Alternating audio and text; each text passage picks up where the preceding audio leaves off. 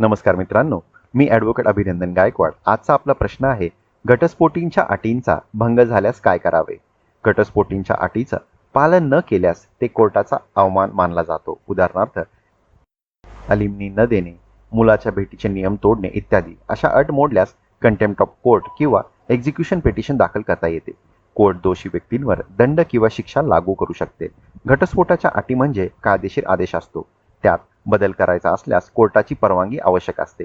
एकतर्फी अटी मोडल्यास कायदेशीर कारवाई होते. नमस्कार मित्रांनो, मी ॲडव्होकेट अभिनंदन गायकवाड. आजचा आपला प्रश्न आहे, घटस्फोटानंतर संपत्तीचे वाटप कसे होते? घटस्फोटाच्या वेळी पती पत्नीच्या मिळकतीचे वाटप केले जाते. जर दोघांनी समजुतीने वाटप केले असेल तर कोर्ट ते मान्य करते. जे ऐच्छिकपणे सोडले जाते त्यावर दावा करता येत नाही. सामायिक मालमत्ता, बँक खाती, घर यांचे वाटप कोर्टाच्या आदेशाने होते.